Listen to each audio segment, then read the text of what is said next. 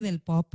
Gustavo es el presidente de la Corte de Rey del Pop y nos está contando todo. Todos estamos pendientes y escuchando atentamente todo lo que nos cuente. Bueno, Pablo, te invito a que Qué, sigamos consultándole y preguntándole todo a Gustavo. qué lindo video, ¿ah? Qué lindo video y qué actual. En el año me dijiste, 90 y...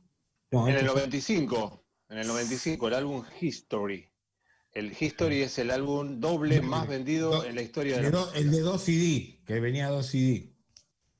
El primer CD es un Grandes Éxitos y el Sí. segundo es un disco original que trae, bueno, Screen junto a Janet Jackson.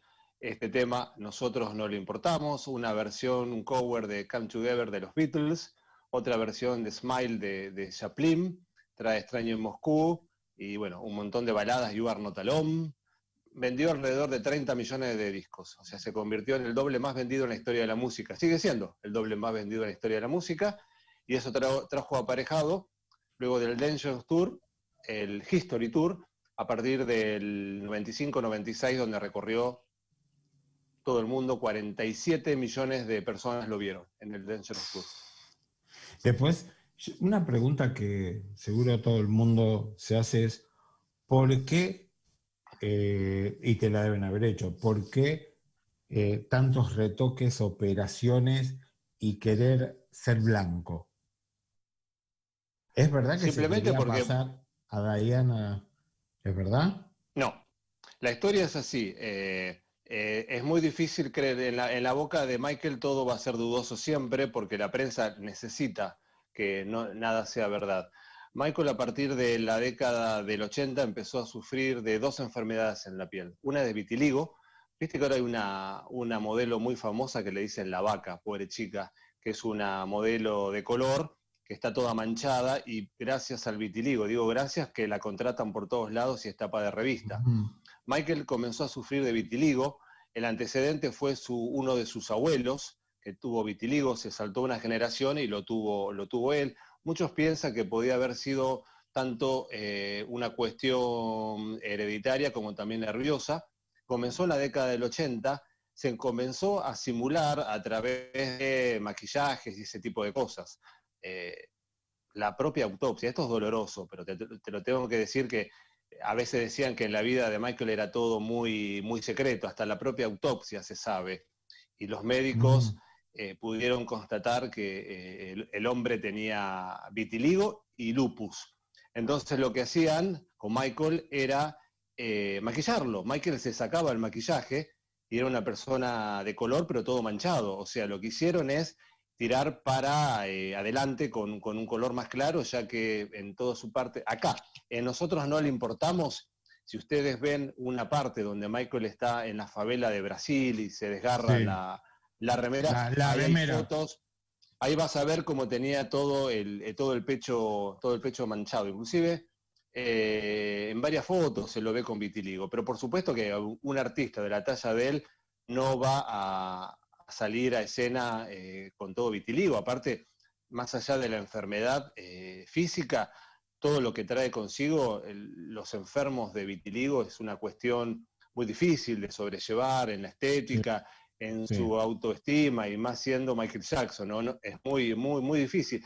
Y la prensa que dijo, Michael Jackson quiere ser blanco y vamos con eso. A ver, no hay una forma. A ver, llamá hoy mismo a un dermatólogo y preguntarle cómo hago para volverme blanco. No hay forma.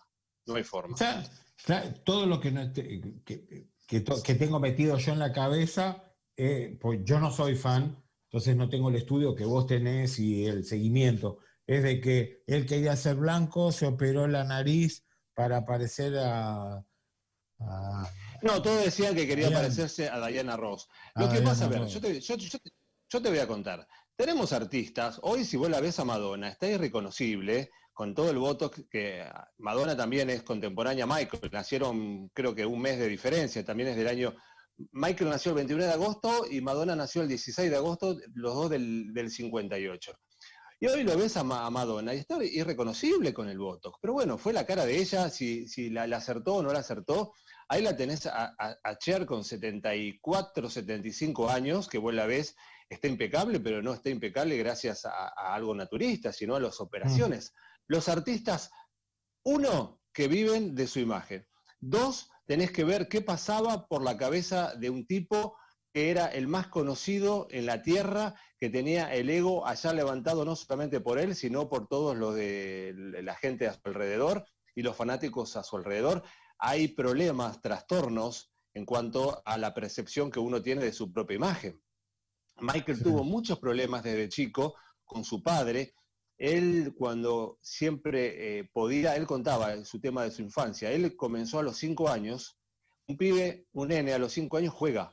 Michael tenía ensayos, tenía clubes nocturnos donde era llevado junto a sus hermanos. Viste que en la década del 60 era mucho de los grandes clubes donde se presentaba. El chico se dormía a lo mejor a las 5 o 6 de la mañana, luego de una presentación era levantarse, tener clases particulares y volver a ensayar. Y el padre los ensayaba con un cinturón al lado. O sea, el que se equivocaba, cinturón, ¿viste? Hay tabla, ¿viste? Como los Simpsons. El que se equivoca, hay tabla. Entonces veían al padre y temblaba. Y el padre, en vez de aumentar su autoestima, cuando Michael comenzó a crecer, lo torturaba con su apariencia física. Cuando comenzó su adolescencia tuvo graves problemas de acné, entonces, digamos, en vez de ayudarlo, era acosado por el acné que tenía por parte del padre, cargadas y ese tipo de cosas, era acosado por la nariz afroamericana que tenía y todo ese tipo de cosas. Entonces, vos imaginate los trastornos que ocurren siempre en la relación padre-hijo. Michael la sufrió demasiado. Llegó un momento, hay un texto muy lindo en donde él escribe, en el año 2000 da una conferencia invitado por la Universidad de Oxford en Londres, y él habla sobre la relación de padres e hijos, y él dice que trató de buscar buenos recuerdos con su padre, y lo único que recuerda es que estaban en una feria, en esas ferias itinerantes de tipo circo en los Estados Unidos, y recuerda que él era muy chiquito, y su padre lo alza por atrás y lo sube a un pony. Y él lo ve como un gesto de amor de su padre hacia él, y dice que él, al ser padre ahora, en ese momento de 2 hijos, buscó el perdón como el regocijo, que él no podía odiar a su padre, y que su padre hizo lo que pudo, ya que él era un obrero negro de una acería de Gary, Indiana, en donde tenía que levantarse a las 4 de la mañana para alimentar a 7 hijos más a su esposa, e hizo lo que pudo, ¿no? Entonces él, el único homenaje que podía hacer a su padre es no repetir los errores de su padre hacia él. Entonces, de alguna forma hablaba del perdón que deben tener los hijos sobre la crianza de los padres, ¿no? Y es muy difícil todo lo que le puede pasar a una persona, más siendo una persona pública como él, ¿no? Entonces hay un montón de cosas que a la gente le interesaba. Michael se hizo blanco, Michael se hizo la cirugía, y sí, todos los artistas de Hollywood se hacen cirugías. Que levante la mano, ¿quién no hizo 1, 2 o 10 cirugías? Lo que pasa es que hay un momento, lo que te dicen siempre, que habría que frenar.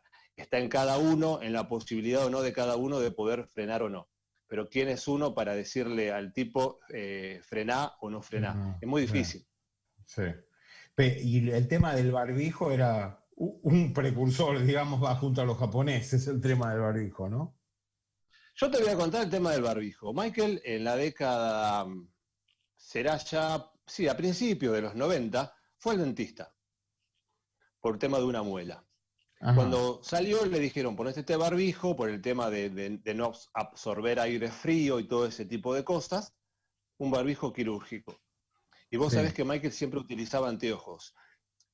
Lo que a Michael le hacía mal era que, lo que te conté antes, que iba a un hotel y 600 fans afuera mirándolo, más bajaba el hotel completo al lobby, desde el cocinero del hotel hasta todo a verlo. Entonces, él decía que la presión que tenía de tantos miles de personas mirándolo era muy fuerte.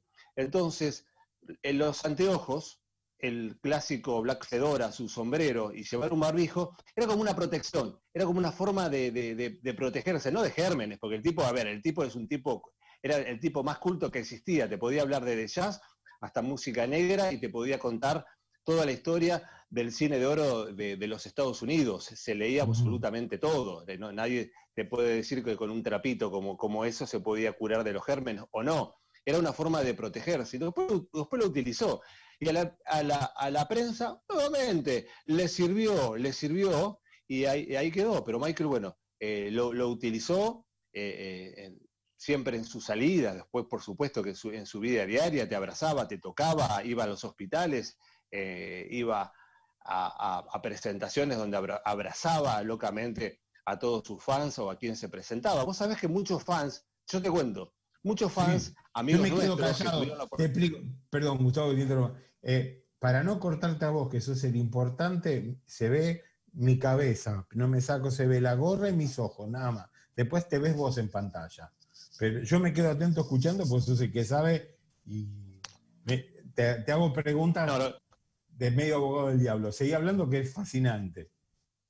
no, el mundo de Michael Jackson es fascinante. Vos sabés que Michael donde iba, comúnmente los fans inteligentes, entre comillas, ¿no? Porque había mucha pasión de por medio, si vos te quedabas quieto en la valla y tenías una cámara en la mano o tenías un disco de él con una virome, si vos no le decías nada, él volvía y te decía, ¿querés sacarte una foto conmigo? ¿Querés que te firme? Dentro de, a ver, de lo posible, porque si había 800 personas, por supuesto, gritando y con el tema de seguridad muy al rojo, lo que hacían los guardianes de seguridad era meterlo adentro del hotel, adentro de la combi y sacarlo. Pero cuando vos podías, te acercabas, entren a YouTube, y Michael te firmaba. Tenemos fans en donde Michael te llevaba al lobby y te compraba pizza, te compraba gaseosas, porque los fans no se movían del hotel, entonces él mandaba a sus secretarios a que compren 40 pizza y, no sé, 50 botellas de gaseosas, ¿viste? Era una persona que se preocupaba mucho por el otro. Y él mismo es muy sociable. Él lo que trataba de hacer es ser una persona normal. Lo que pasa es que no lo podía hacer. Varias veces intentaba ir al cine y era imposible entrar. Imagínate vos, yo te pregunto a vos, ¿vos verías la No, película si tuvieras a Michael Jackson 2 filas para adelante sentado? no, No. La no. foto, el autógrafo, él lo que hacía, trataba de ir al cine cuando podía, entraba con la película empezada y sentarse en la última fila y salir un minuto antes de que termine y ir al shopping con 3 guardaespaldas y totalmente disfrazado, No, o te decían imposible, sí. que cerraban Disney para él, ¿no? No lo cerraban, viste que Disney tenía las horas mágicas, siempre tuvo las horas Sí, mágicas, sí. entonces lo que hacían, el tipo se Debo tenía que decir, levantar a la... Gustavo, perdón que te interrumpa, no solo Sí. sos fan de Michael Jackson, sino sabes más de Disney que yo, que me dedico hace 35 años a vender Disney. Te Bueno, encanta y sabes eso queda para otra entrevista. tenemos también un Facebook que se llama Fanático de los Parques Disney, en donde brindamos información constante a toda la gente que quiera tener sus primeros encuentros con los parques Disney, ¿no? También tenemos eso que queda para otro capítulo también. Pero Gustavo, así me llevo una medalla. Te tengo como cliente y venderte a vos no es fácil. Pues sabes más que yo. No, hay cosas que a ¿O uno le no? gustan, entonces es apasionado. Y Michael era apasionado de los viajes y era apasionado de los parques. Vos sabés que Michael, como te contaba, iba muy temprano, pero a ver, con la posibilidad de ir y poder disfrutar. También en YouTube podés encontrar, por ejemplo, en Disney París recorriendo con Sí, sus 3 hijos, 2 hijos, porque todavía Blanket, el último, que ahora cumplió 19 años. Después te hago una pequeña Wikipedia, ¿no? Una línea de tiempo de Michael, si querés, de un minuto, para que la gente dale, entienda, porque si no la gente se le mezcla mucho. Y dale. Michael recorriendo en el Disney París con 500 personas atrás. Es muy difícil tener una vida Sí, con 10 guardaespaldas. Toda la gente de seguridad del parque, más 500 curiosos atrás viéndote cómo te subís al tren fantasma. Es muy difícil ser Michael Jackson. Recordemos que te guste o no te guste, te puede gustar o no te puede gustar, pero es la persona más famosa en la Tierra en cuanto al rubro de él, por supuesto, ¿no? A la música pop y todo lo que fuera, ¿no? Superando a muchos. Te puede gustar o no gustar, pero no puedes decir que no fue una persona conocida. Y sí, a a mí me partir de eso, pasó bueno, en el último parque, no tiene nada que ver, pero se me ocurrió, estaba en una de las filas de los juegos y estaban las hermanas, las Kardashian. sí. Uy, Dios, lo que fue eso. No me quiero imaginar lo que fue con Michael, con lo que puede haber sido con Michael Jackson. Por eso, donde iba, por ejemplo, Gustavo, ¿te puedo hacer una pregunta? Sí, decime. Entró Mariel que tenía problemas de conexión, así que Estoy se con quedaba algunos problemitas de conexión. de Así que acá desde el cielo. No está llegando bien el Wi-Fi. Miren que Dios no paga. No, estamos... Es libre. Y justamente la pandemia también nos está afectando en el cielo. Quería consultarte lo siguiente, que la verdad que me impresiona mucho y quiero saber si es real. ¿Es cierto que Michael compró los derechos de las canciones de los Beatles? Repetime la pregunta. ¿Sí? ¿Qué pasó con los derechos? Si compró los derechos de las canciones de los Beatles. Por eso le preguntaba, porque a lo mejor me podría haber dicho vender. El asunto es el siguiente. Michael era amigo de Paul McCartney. Grabaron juntos, por ejemplo, The Girl Is Mine para Thriller, y él en retribución grabó The Man para un álbum de Paul McCartney. Y Michael era muy curioso. Entonces, en una de las charlas, Paul McCartney le decía que un buen negocio era comprar, en esa época, cuando no existía internet, los derechos de las canciones, ya que cada vez que se reproducían en la radio, uno cobraba regalías, no solamente si estaba vivo el autor o el compositor, sino también el que tenía los derechos. Entonces, en su momento salió a la venta el catálogo de los Beatles, que eran como 202 canciones, ya que los catálogos nunca son completos, pertenecen a diferentes compañías, pero en ese momento eran 202 canciones, y Michael, ¿qué hace? Toma el consejo de Paul McCartney, y del otro lado lo tenía Paul McCartney junto a Yoko Ono, porque Paul McCartney decía, no, esto lo compro por $5 millones, se juntó con Yoko Ono, y después terminó una puja en donde Michael termina comprándolo por $47 millones. y se quedó Michael, se quedó Claro. Paul McCartney y Yoko Ono sin los derechos. Y ahí supuestamente lo que hablan es que Paul McCartney se sintió traicionado, pero bueno, negocios son negocios. Luego, allá por finales de la década del 97, no recuerdo bien, ya valían entre 800 y 900 millones de dólares, lo que había comprado en 47. Firma un contrato con Sony Music y le vende la mitad del catálogo. O sea que Michael era dueño de la mitad y Sony Music dueño de la otra mitad. Luego de la muerte de Michael Jackson, el estate entendía que ya no es un gran negocio, es una cosa muy empresarial, que no es un gran negocio tener los derechos ya de los Beatles, ya que cuando cumplan, viste que las canciones cuando cumplen cierta cantidad de años ya se transforman en dominio público, así que era más conveniente deshacerse, y le venden la otra mitad del catálogo a Sony Music. Pero sí, Michael Jackson fue dueño del catálogo y cada vez que un Beatles o cualquiera quería tocar un tema tenía que pagarle a Michael Jackson por los derechos. Pero no solamente de los Beatles, por ejemplo, hay canciones de Shakira que Michael tenía los derechos y también compró todos los grandes músicos de la época de oro, de los 40, de los 50 y de los 60, él tenía varios catálogos, no solamente de los Beatles. O sea que era multimillonario por la entrada de los derechos que él cobraba. Entonces, y los propios, que vale un montón, el propio catálogo de él vale un montón de plata. Hoy en día... No era ningún tonto ni para hacer música ni para hacer negocio. Me alcanza con la tarjeta para comprar los de Michael. No. Fabuloso. Y ese puede ser que haya sido el motivo que no fue a recibir los Grammy o los Emmy, creo que fue, y se los recibió Diana Ross en lugar de él. ¿Cuál fue el motivo que él no se presentó cuando ganó tantos premios? No, cuando ganó los 8 Grammys, que fue en la época de Thriller, lo recibió, que después fue solamente igualado ahora por Carlos Santana con el álbum Supernatural, pero él había ganado 8, inclusive había ganado como disco infantil, porque él hizo la versión, el audiolibro de E.T. el extraterrestre, que muchos no lo conocen, pero en Estados Unidos vendió un montón. Pero había uno que no se presentó él y se lo recibió en nombre de Michael Jackson, Diana Ross. Eso me lo acuerdo porque lo vi. Pero no hay varios. En su momento vos sabés que en enero y febrero y después noviembre y diciembre hay muchas entregas de premios. A lo mejor Michael varias veces el satélite lo recibió por satélite, había en todos lados lo invitaban, tenían los Music Awards en Mónaco, Sí, donde siempre era invitado, sí, en las cadenas de FMs que eran muy, muy poderosas.